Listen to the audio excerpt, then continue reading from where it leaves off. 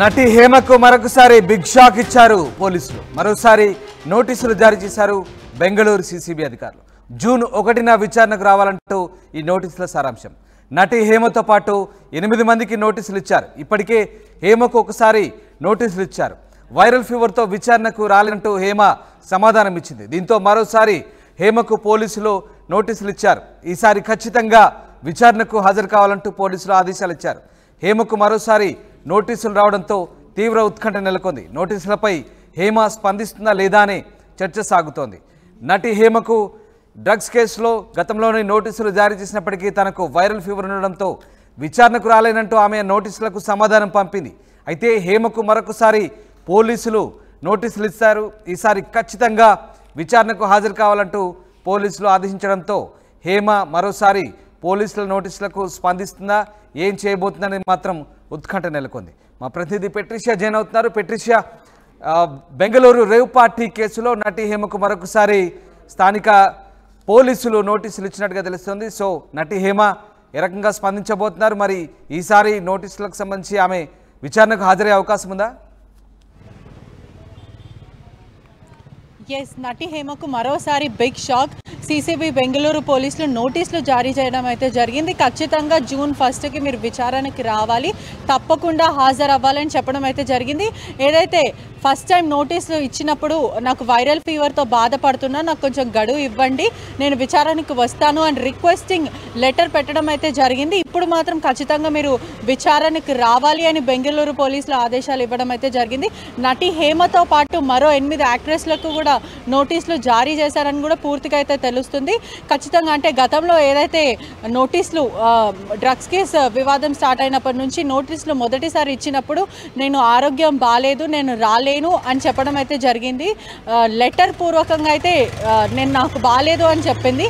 Media ముఖంగా ఎవరైనా media మిత్రులు ఫోన్ చేస్తే నేను బెంగళూరు పోలీసుల పైన లీగల్ ఫైట్ చేస్తాను, నేను అడ్వకేట్ని తీసుకొని వెళ్తాను, లీగల్గా ప్రొసీడ్ అవుతాను, నేను తప్పు చేయనప్పుడు నేను ఎందుకని వీళ్ళ నోటీసులు ఇచ్చినప్పుడు నేను ఎందుకు విచారణకు హాజరు అవ్వాలి అంటూ తను ఫైట్ చేయడం అయితే జరిగింది. ఇప్పుడు మాత్రం సస్పెన్స్ కొనసాగుతుంది అని పూర్తిగా అయితే చెప్పొచ్చు. విచారణకు హాజరు అవుతారా లేదా అనేది ఇప్పటివరకు ఇంకా డౌట్.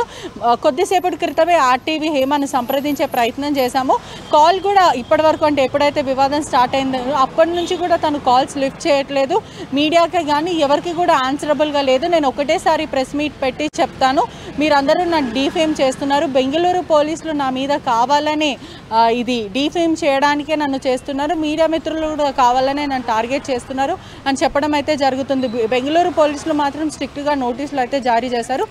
ఖచ్చితంగా జూన్ 1కి మీరు హాజరు అవ్వాలి అని చెప్పడం అయితే జరిగింది. అయితే పెట్రిషియా, ఒకవేళ సెంట్రల్ క్రైమ్ బ్రాంచ్ పోలీసుల నోటీసులకు కనుక ఆమె స్పందించకుంటే, విచారణకు హాజరు కాబోతే ఎలాంటి చర్యలు తీసుకునే అవకాశం ఉంది?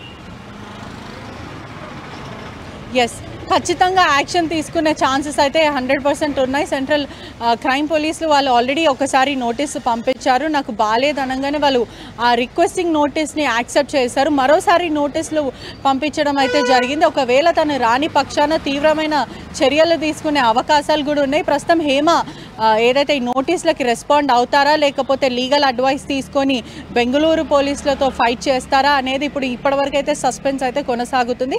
హేమ నుంచి మాత్రం హేమ కానీ హేమ పిఏ నుంచి కానీ ఎవరి నుంచి కూడా రెస్పాన్స్ అయితే లేదు. హేమ నోటీసులకి అటెండ్ అవుతారా విచారణకి లేకపోతే లేదా, లేకపోతే తను నెక్స్ట్ స్టెప్ ఏంటి అనేది ఇప్పటివరకు అయితే సస్పెన్స్ కొనసాగుతుందని కూడా పూర్తిగా తెలుస్తుంది.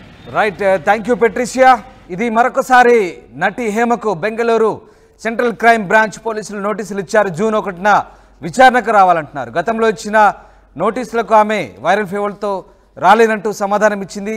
అయితే ఈసారి ఖచ్చితంగా విచారణకు హాజరు కావాల్సిందేనంటూ పోలీసులు కోరుతున్న నేపథ్యంలో మరి నటి హేమ ఎలా స్పందిస్తారనేది ఉత్కంఠ రేపుతోంది. ఒకవేళ ఆమె విచారణకు హాజరు కాకపోతే సిసిబి పోలీసులు ఎలాంటి చర్యలు తీసుకుంటారు, ఆమెను అదుపులోకి తీసుకుంటారా, ఏం జరగబోతుందనేది మాత్రం ఉత్కంఠ రేపుతోంది.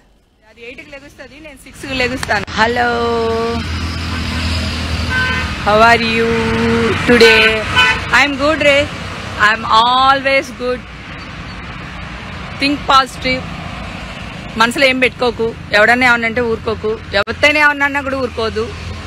సో మనం తప్పు చేయనంత వరకు ఎదుటి వాళ్ళకి భయపడవలసిన అవసరం లేదు. ఒకవేళ మనం తప్పు చేసినా మనం ఏం దేవుళ్ళం కాదు. ఒకవేళ తప్పు చేసినా పొరపాటు జరిగినా సారీ చెప్పొచ్చు వాళ్ళకి మా హార్ట్ఫుల్గా. సో అప్పుడు మనం చాలా ఫ్రెష్గా ఉంటాం.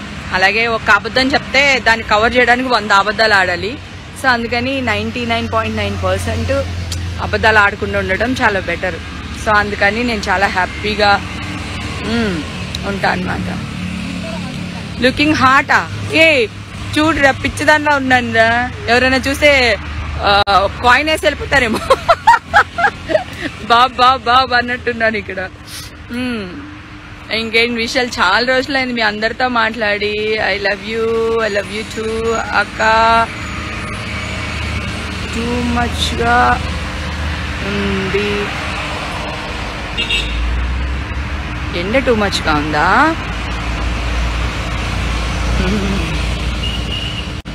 హాయ్ మ్యామ్, తిన్నారా? లేదు, మళ్ళీ ఎండ వచ్చిందా? కొంచెం తిరుగు, పైకి చూడు.